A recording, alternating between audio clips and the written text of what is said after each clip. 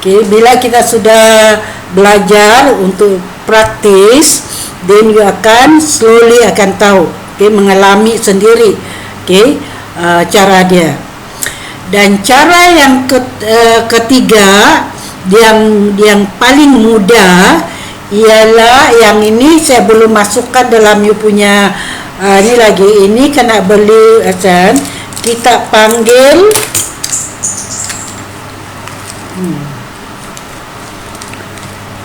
dowsing rod. Dia penyukat, dia alat penyukat. Okay, kita panggil dowsing rod. Okay, kita panggil dia penyukat aura. Okay, so ini yang kita akan guna untuk sukat aura. Macam sekarang saya nak sukat aura Liana. Okay, saya akan tanya dowsing rod dengan ya Allah ya Tuhanku, dengan ini tunjukkan saya besar mana ataupun status aura Liana yang sekarang berada di ranau. Tunjukkan saya dengan pergerakan dowsing rod. Okay, aura Liana.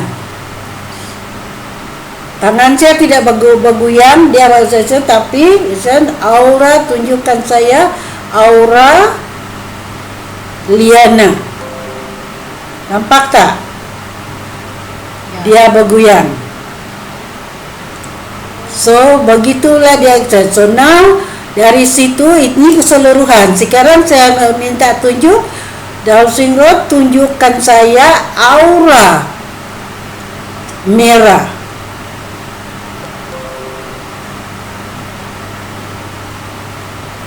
Nampak sebelah saja yang bergoyang. Artinya aura merah you tak stable. You ada masalah sedikit dari pinggang sampai ke kaki. Okay. Now tunjukkan saya aura orange. Cakra kedua orange.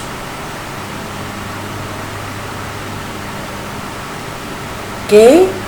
Dia seimbang, hanya dia tidak besar.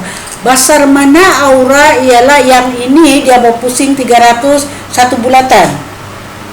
So kalau dia satu bulatan ataupun lurus begitu, artinya sudah 50%. Kalau dia satu bulatan, artinya 100%. So dari situ kita akan tahu besar mana aura. So ini yang dia ajukan. Macamlah juga sekarang saya tengok aura kuning. Okay, aura kuning. Aura kuning you pun tak stable. Sebelah saja yang bergoyang. Okay, heart chakra, cakra hati. Okay, cakra hati, cakra kuning cantik. Cakra biru, yaitu kerongkong, pun cantik, hanya dia kecil. Okay, aura mata ketiga, cakra keenam.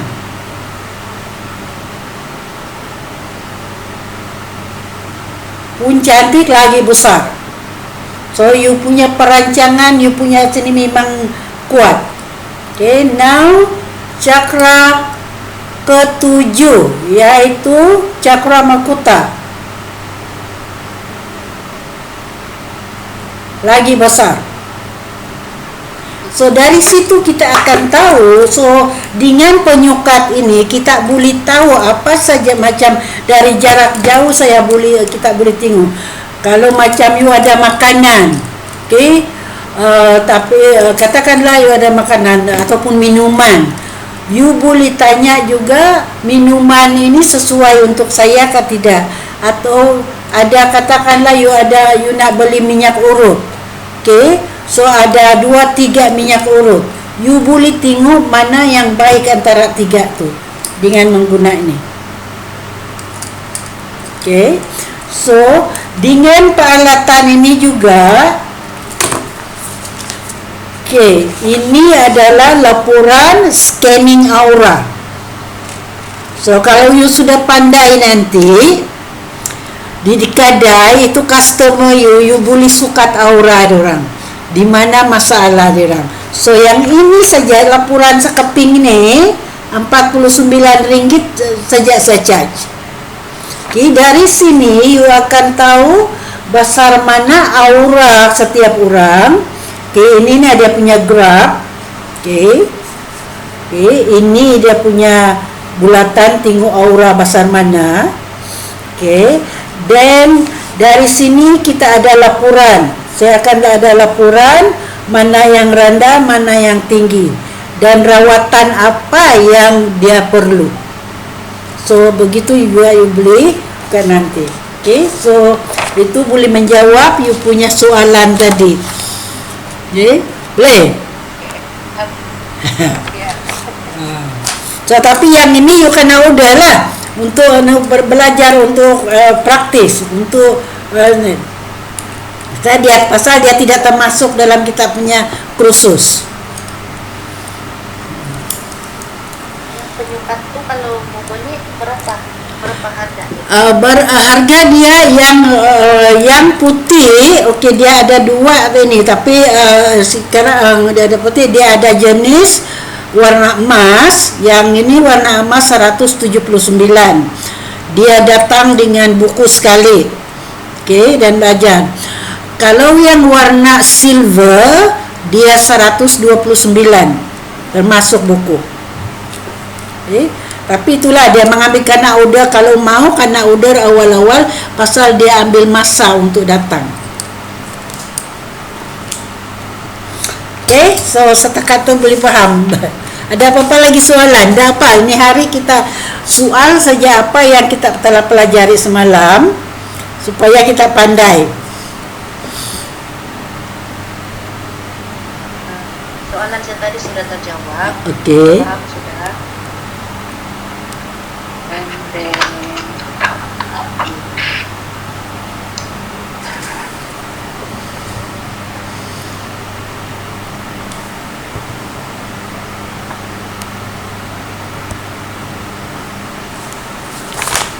Okey, semalam saya bilang apa yang kita akan belajar malam ni.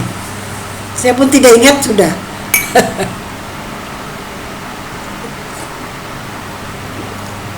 nah, saya pun lupa sudah itu. Tidak apa. Yang apa tuh? Kundalini bahkan.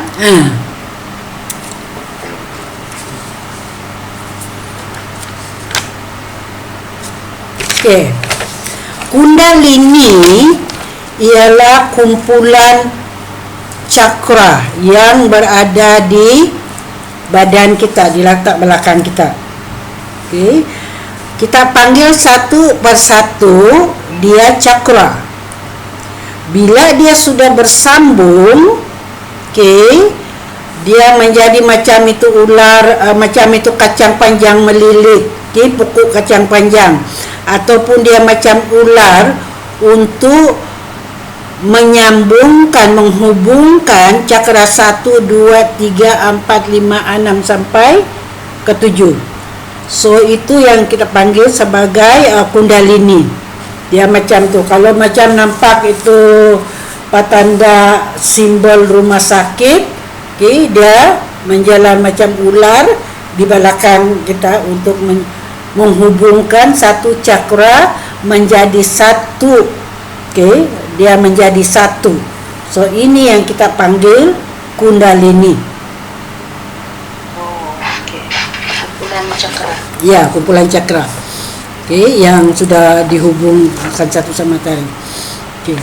So sudah tahu macam mana kita nak hubungkan cakra ini untuk menjadi kundalini yang kuat, ialah kita kena aktifkan, okay, satu persatu cakra ini kita kena aktifkan melalui penyelarasan, juga dikenali sebagai attunement. So ini saja yang menjadikan pasal aura dan cakra ini semua orang ada. Okey. So semua orang ada, hanya dia berfungsi, tetapi hanya dia berfungsi menjaga sebagai kebiasaan di tubuh kita. Tetapi kalau kita sudah aktifkan dan menjadikan orang ini sebagai pengamal ilmu Reiki, ini cakra semua akan berhubung satu sama lain dan mengalirkan tenaga yang kita sarap daripada alam semesta.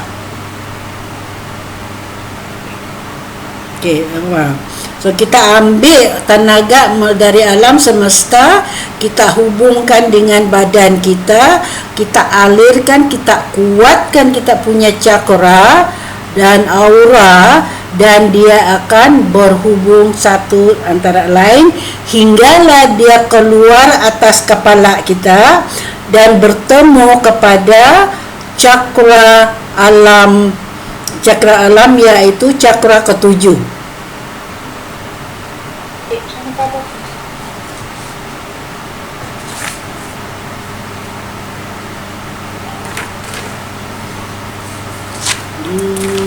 Okey.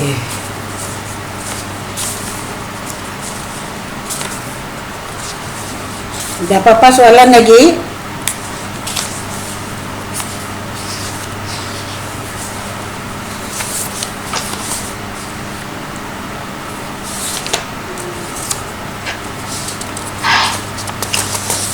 Setakat ini Okey, nanti saya macam mana saya nak macam mana saya nak share sekejap ya. Pasal saya mau share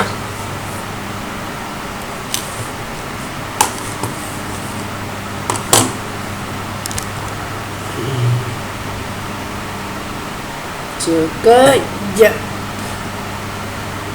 Kita background.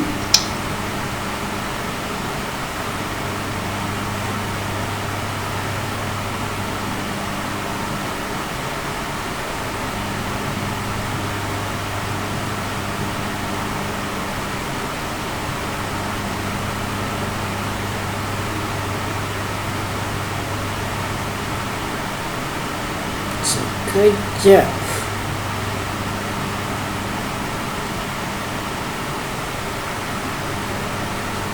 Okey, nampak tak skrin yang saya baru share?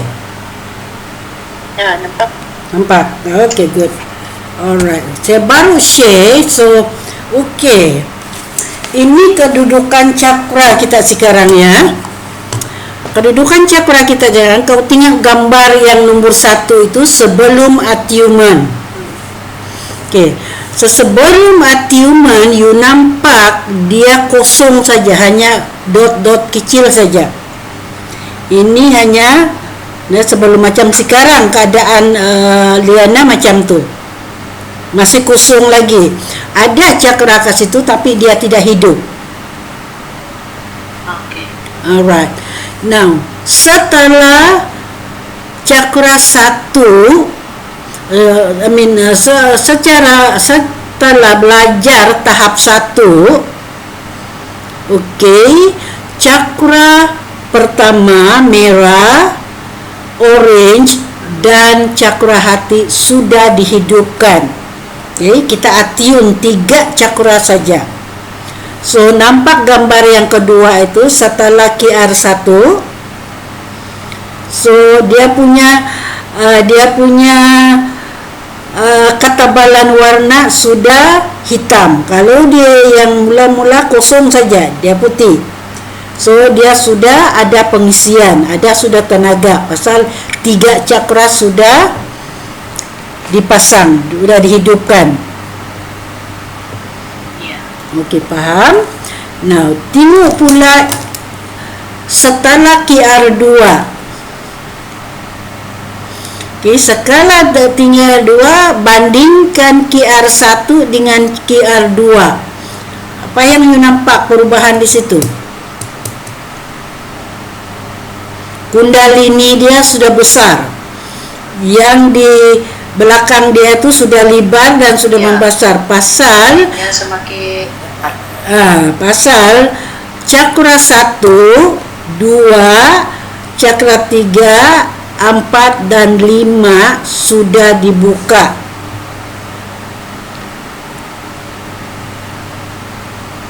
So, kuasa kamu pun, tenaga dalaman pun sudah pandai berjalan dalam badan kita.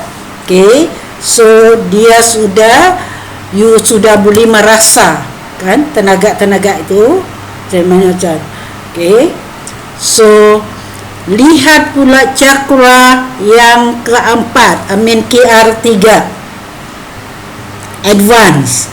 You tengok di atas kepala dia sudah jadi apa? Okay, semua sudah dari cakra 1. Pasal cakra ketujuh dari cakra 5 sudah aktif. Bila sampai tahap 3, level 3 advance, semua cakra sudah diaktifkan dan dia, aku nampak dia sudah keluar di atas kepala berhubung dengan cakra ketujuh. Kau nampak tak celurung asap tu? So sudah dia libar dan dia sudah bertemu. So kalaulah cakra yang dalam badan itu sudah diaktif semua, so walau banyak manapun yang masuk di cakra ketujuh, kita punya cakra dalaman yang 6 itu akan tapis. So dia tidak mengakibatkan kita punya emosi. Dia tidak membukakan kiasa. So kita akan mantap dan kita bersedia, kita telah di pagar. So kita tahu memilih dan dia tidak, apa saja yang terjadi di luar tidak menjadi gangguan kepada emosi kita. Maksudnya memang yang cakra ketujuh nih kan, yang di luar nih, dia macam ada gangguan lah begitu. Dia bukan saja gangguan, sama ada bagus atau baik, semua masuk. Dia macam tutung sampah, semua masuk di situ. Pasal dia tidak tertutup, dia terbuka, tengah-tengah.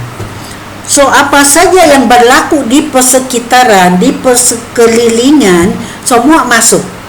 Yang bagus masuk, yang kabar baik masuk, yang rezeki masuk, yang supahan orang pun masuk, semua masuk. So kalau kita punya dalaman cakra yang 6 di dalam sudah kuat, dia boleh tapis mana satu yang dia ambil. So erti kata kita punya dalaman sudah penuh keyakinan positif, tiada sudah yang negatif-negatif. Jadi kalau sebelum kita punya cakra dalam tenaga dalam kita diaktifkan, kita punya pemikiran banyak yang negatif, banyak persoalan dia, banyak saja. Tapi bila kita sudah kena attune, kita sudah pandai untuk menguatkan aura dalaman kita, maka apa yang baik dan buruk kita boleh tapis. Tak apa, tidak faham tidak apa, banyak masa bagi kurang. Jangan kalau paksa diri faham satu kali, slowly you akan sampai nanti.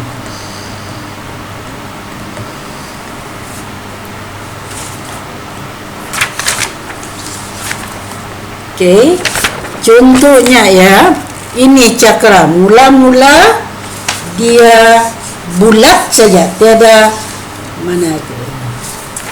Okay, tengok perbandingan dia. Ini bulat saja, dia tiada cahaya. Artinya dia hanya menunjukkan dia ada dalam badan kita, tapi belum diaktifkan, belum dibuka kunci, dan belum dilepaskan dia punya aura. Tetapi bila di sini you nampak dia punya aura sudah bersinar, macam juga yang gambar keempat QR3 tu, setelah QR3. So dia bercahaya dan cahaya itu menjadi lebar dan dia terus sampai kepala bertemu. So apa saja yang masuk di kepala ini, yang ini akan tapis. Jadi oleh kerana ini sudah dilepaskan, ketujuh juz dilepas, diorang sudah bekerja sama, diorang sudah menjadi satu tim. So dia tidak boleh lepas. Mungkin dia boleh masuk sampai ke mata ketiga, tapi sampai ke situ dia sudah kena halang lagi. So itu yang pentingnya, bahawa cakra semua ini diaktifkan dan dipastikan bahawa aura kita seimbang, tenaga kita seimbang, so sama besar. Bis kalau ada yang paling rendah, katakanlah cakra aura 1, 2, 3 kuat, okay, suddenly kita punya biru lemah, so di situ biru kita bocor, terputus. So hanya dia boleh jaga sampai ke sini, tapi ada masalah dalam cakra kelima, bahagian leher. So di situ senario dia kalau macam aura tidak stabil. Faham? Dekat tu. Tidak apa. Sekiranya ke 1 hingga 6 cakra tu kan, kiranya satu yang tidak normal, tidak okey.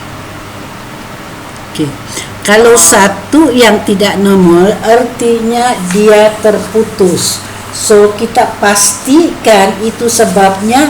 Setiap kali sebagai seorang pengamal Reiki, kalau sudah macam you rasa ada yang tidak kena, contohnya kadang-kadang kau buat ini tidak menjadi, kau buat itu tidak menjadi, kau cakap sama orang pun tidak menjadi, artinya itu yang dikatakan kita punya aura tidak seimbang. Contohnya yang Liana punya tadi itu kita sukatkan. So you punya aura merah dan kuning ke? Kuning ya masalah, yang lain semua baik. So ada kemungkinan dia bahawa aura merah dan kuning you bocor. So apa yang kita buat sebagai pengamal, nanti kalau kau sudah jadi pengamal, you akan buat penyembuhan diri sendiri. So itu sebabnya bila kau sudah kena atiu nanti, you boleh buat penyembuhan banyak manapun. Jadi kita kalau macam tu kita boleh rawat diri sendiri dululah. Iya. Setiap kali kita membuat, sebelum kita buat rawatan orang, kita pastikan kita rawat diri kita sendiri. Kita pastikan aura kita berada dalam kedudukan yang tertinggi supaya dia boleh pagar diri kita. Dan kalau kita membuat rawatan kepada orang lain, ataupun ada orang lain yang dengki dengan you, dia tak boleh tembus, pasal you sudah aktifkan aura you sendiri dan badan you sudah kena pagar.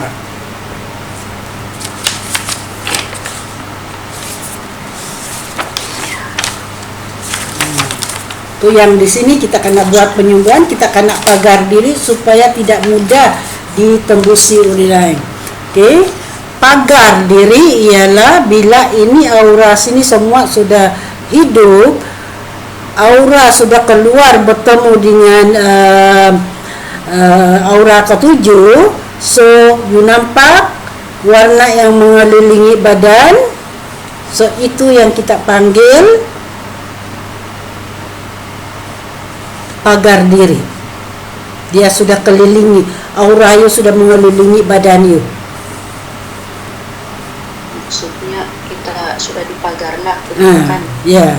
So you always pagar diri, bukan saja pagar diri you boleh juga buat bila kau rawat orang, you boleh pagar orang juga, you boleh pagar juga you punya kedai perniagaan. Kalau ada orang yang dengki, siapa tahu ada orang yang jahat, dia pergi buang segala benda-benda di kedai you untuk supaya you boleh pagar juga.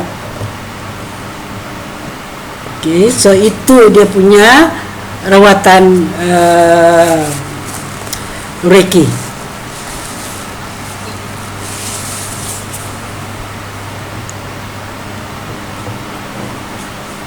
Ya, ada apa-apa lagi soalan? biar kita lambat asal paham. Okay, sekurang-kurangnya paham sebelum kita move to the next.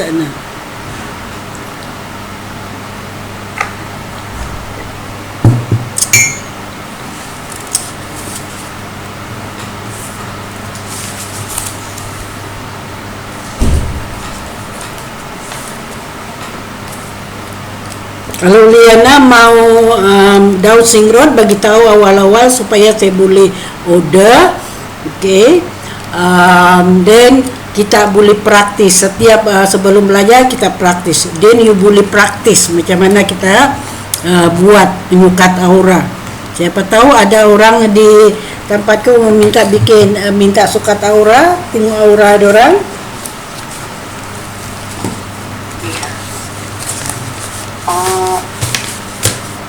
Dia punya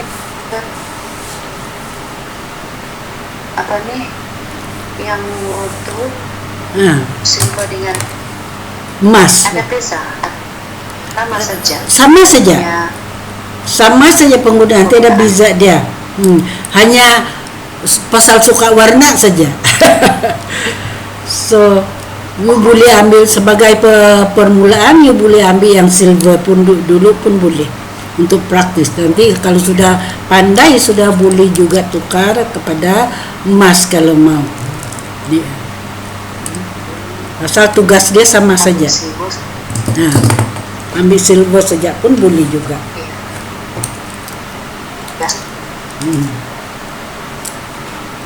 Okay. Mahal sikit kalau sebab. Ya, dia mahal sikit pasal emas saja. Warna emas saja, bukan emas, warna emas. Ya, anak-anak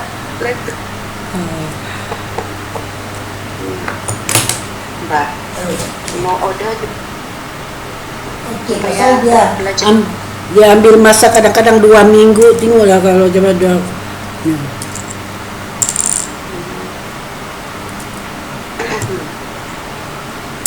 Alright. Okay, next one apa yang kita mau belajar sudah saya bilang tu.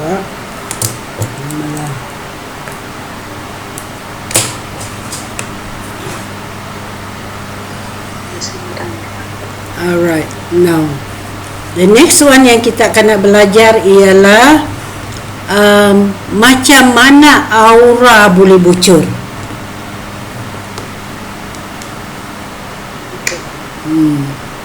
So macam mana aura boleh bocor, kita kena pastikan dulu kita belajar tentang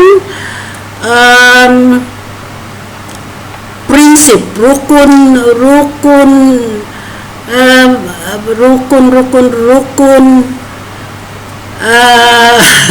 Reiki. Nah, rukun ini dia ada 5 rukun Reiki. Ini yang memperkuatkan supaya kita punya aura sentiasa terjaga. Tunggu sekejap, ada tak saya bagi rukun prinsip tu? Saya tengok dulu kalau ada, share dengan you.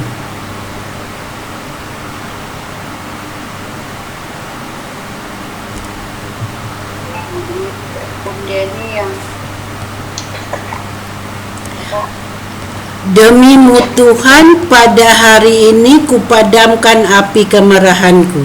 Itulah. So rukun adalah sebagai satu perjanjian yang kita kena patuhi. Pasal ini adalah pegangan, okey? Ini yang kita akan pegang, tata tertib Reiki. Ya, saya cuba share dengan you dulu kalau ada saya punya rukun ni.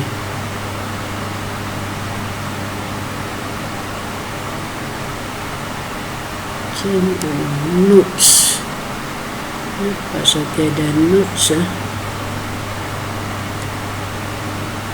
Okay, semasa saya mencari, you boleh tanya apa saja yang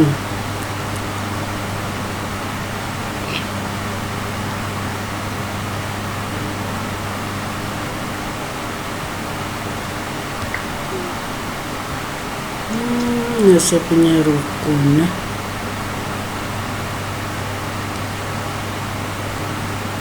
Peraturan Ya, dia cakap prinsip. Okay, tunggu dulu. prinsip. Prinsip 5 prinsip Reiki. Ada bahasa saya sudah sedia tu, tapi bila dicari tidak boleh. Macam ada saya nampak begitu. Okey, tidak apa. Kalau kau ada nampak, bagus. So saya baca saja perlahan-lahan dan saya cuba explain apa maksud setiap prinsip. Okey. Prinsip. Okey. Prinsip pertama, semuanya apa yang dicagakan oleh Tuhan, ya. Kita cakap demimu Tuhan, artinya kita sudah berjanji kepada Tuhan,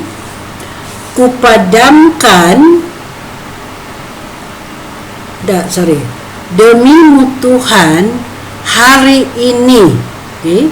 Demimu Tuhan, you boleh tulis, demimu Tuhan hari ini kupadamkan api kemarahanku. Rukun pertama, demimu Tuhan, iaitu kita berjanji kepada Tuhan, ataupun you boleh ganti demimu Allah, hari ini kupadamkan api kemarahanku. Kerana marah ini adalah satu-satunya yang boleh menyebabkan bencana kepada diri kita dan juga persekitaran. Dia boleh merubah, pasal marah dia boleh merusakkan diri kita dengan kemarahan, boleh juga membuatkan bencana. Pasal kalau kita tumbuk orang ke apapun itu pun boleh merosakkan, dan juga adalah dilarang oleh Tuhan. Dan juga marah ini adalah puncak dari segala penyakit. Timbul darah tinggi, timbul tekanan, semua stres, migrain, semua daripada kanser pun timbul atas perasaan marah. Okay. So prinsip kedua, demimu Tuhan. Apa dia? Kalau tiba-tiba kita tidak dapat kawal itu marah, macam mana? Okay, kalau kita boleh marah, tidak apa, tarik nafas saja, kita boleh bertahan dan kita boleh buat cleansing diri. Pasal bukan mudah untuk menahan ini. Itulah mengambil masa sekurang-kurangnya. Bila kita sudah attune dan sudah mulai meditasi 21 hari, you akan berubah. You tidak percaya, you akan berubah dari segi emosi dan juga you punya tekanan. Okay? You akan menjadi orang yang paling memahami alam persekitaran, dan paling memahami menjadi seorang yang penyabar. InsyaAllah. Pasal dengan marah kita, pasal bila kita sudah kena jadi seorang pengamal Reiki, kita tidak boleh menyumpah orang, kita tidak boleh benci orang, kita tidak boleh cakap yang tidak bagus. Pasal kita punya dalaman, aura dalam kita sudah kuat. Semua yang keluar daripada mulut kita adalah doa. Okay? So, walaupun macam kita marah kepada orang itu, kita kita boleh membenci dengan dia, tapi malahan kita kena doakan dia. Okey, katakanlah dia marah dengan orang ini pada masa dulu pasal dia berhutang kepada kamu tapi tidak pandai bayar-bayar. Okey, so dalam hati you marah saja. You menyumpah lah macam-macam lah kepada dia. Tapi selepas kita menjadi seorang pengamal Reiki, you tak boleh marah orang yang berhutang you. You kena doa dengan dia, minta Tuhan, ya Allah, ya Tuhanku, berilah rezeki kepada si anu yang telah berhutang kepada saya. Semoga dengan rezekinya melimpah dan dia ada kelebihan, insya-Allah dia akan bayar hutang dia kepada saya. So itu perubahan dia. Okay. So rukun kedua ialah demimu Tuhan kupadamkan, demimu Tuhan hari ini kupadamkan rasa kerisauanku. So, satu penyakit lagi ialah disebabkan oleh susah hati, risau. Pasal risau itu kita punya fikiran melayang, memberontak, sakwa sangka terlalu banyak, okey, dan sampai kita tidak boleh tidur. Okey.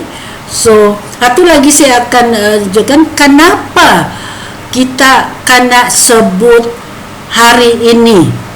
Demimu Tuhan hari ini kupadamkan api kerisauanku. Kerana esok belum tentu kita masih hidup.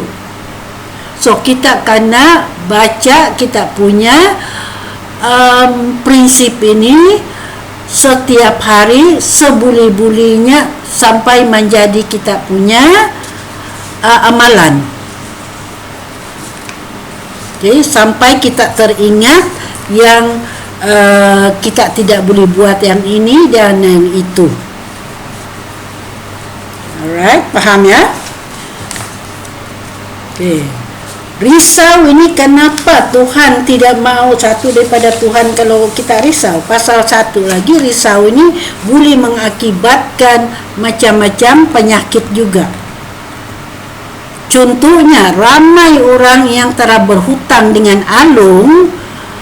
Kalau kerana alung sudah geratak dia bilang besok saya datang bakar rumah, besok saya akan datang untuk so belum sampai besok orangnya tu sudah jadi susah hati, dia pergi bunuh diri sebelum-belumnya. Sedangkan alung tidak akan datang, hanya dia bagi geratak. So bila pada saat begini, ingat kita ini adalah anaknya Tuhan. Tempat kita mengadu ialah Tuhan.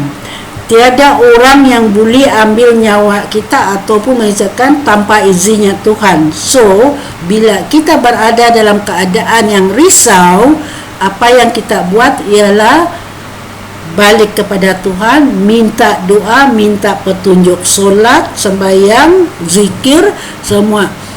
Okey? Dan minta perlindungan daripada Tuhan, minta petunjuk dari Tuhan bagaimana untuk mengatasi masalah saya yang begini-begini. Kuncinya ialah kita kena jujur, kita kena ikhlas.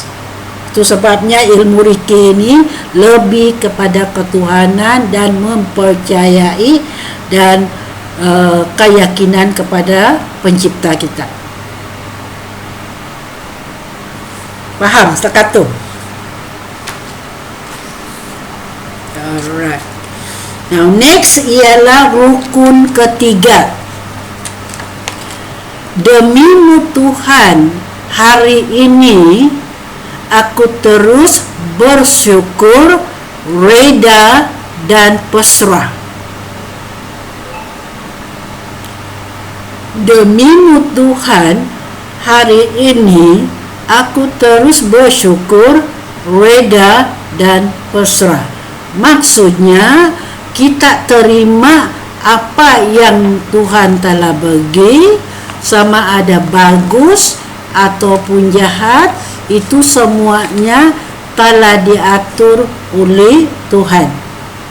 Bersyukurlah kita bahawa hari ini kita masih hidup.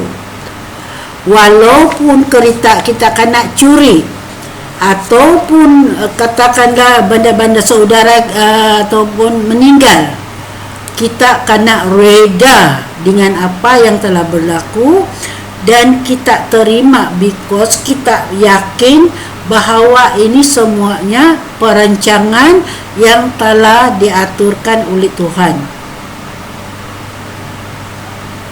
Faham kan? Banyak kali bila terjadi apa-apa, kita menyalahkan Tuhan, kenapa pilih saya, Tuhan kenapa jadi begini, Tuhan bagaimana. Artinya kita tidak terima apa yang telah berlaku. Okay, faham tiga tu? So 3 sudah. Keempat, rukun keempat. Demi Tuhan, hari ini aku bertanggung jawab atas segala perbuatanku. Demi Tuhan, hari ini aku bertanggung jawab dan jujur atas segala perbuatanku. Ini kenapa kita kena jujur, karena sudah ni lumrah manusia, bila apa-apa terjadi kita suka menyalahkan orang. Kalau tidak begini, kalau bukan karena kau, tidak saya jadi begini. Tapi in the first place, kenapa suruh kau ikut cakap dia? Dan juga katakanlah diam-diam tu batu atau batu besar di tengah jalan, tapi oleh kerana you malas, dalam pikiran you atau apalah, langgar saja batu itu. So you langgar batu itu, tayar kereta pancit. Siapa yang you nak salah? You nak salahkan batu itu. So ini yang dimaksudkan dengan kita kena jujur dan bertanggung jawab atas segala perbuatan.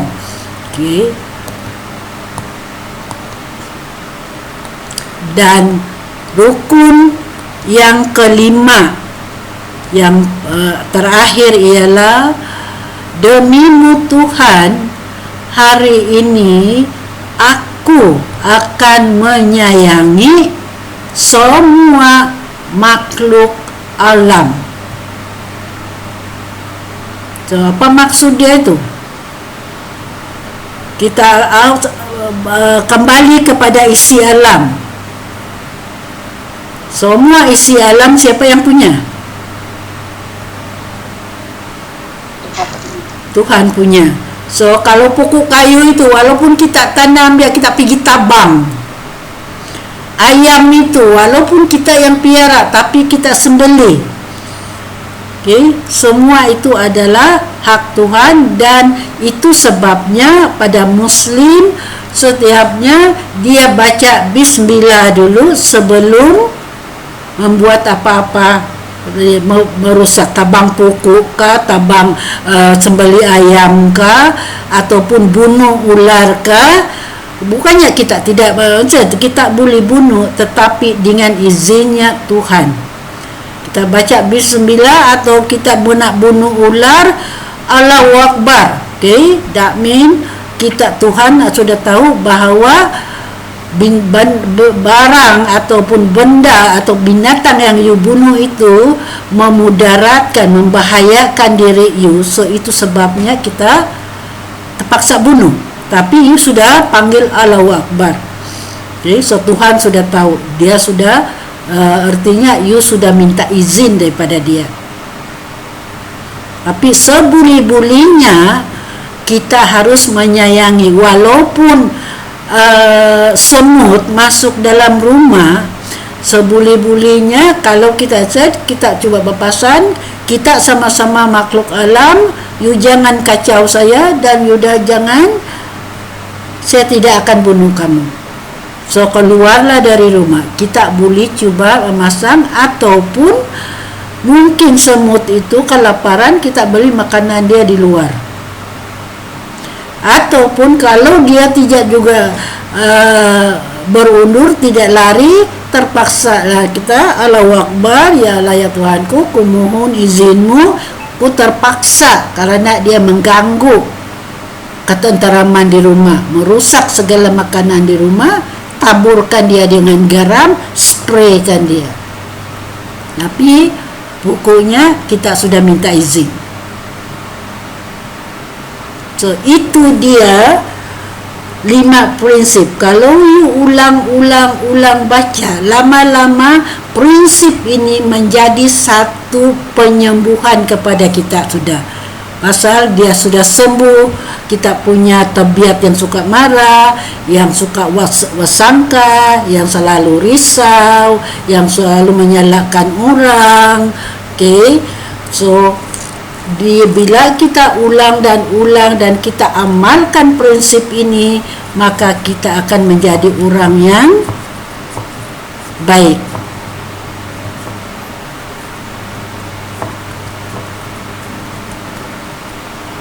So kalau kita amal 5 prinsip ini, aura kita akan senantiasa berada dalam kedudukan yang stable, yang tinggi. Karena inilah 5 prinsip ini, kalau kita langgar, kita suka marah, kita suka mengumpat, kita suka menyalahkan orang, kita suka merusakkan benda-benda alam, maka ini adalah satu penyebab aura kita bocor. Okay. Ini ialah penyebab aura bocor atas perbuatan kita sendiri. Dia banyak juga cara aura bocor, tapi ini adalah membocorkan aura sendiri dengan perbuatan sendiri.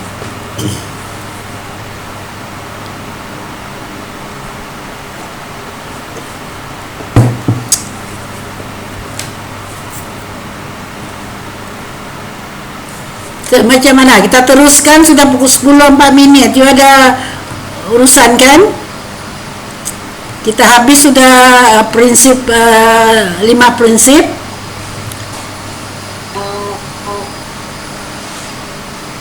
Iya. Kalau you ada soalan, boleh soalkan sebelum kita berpisah.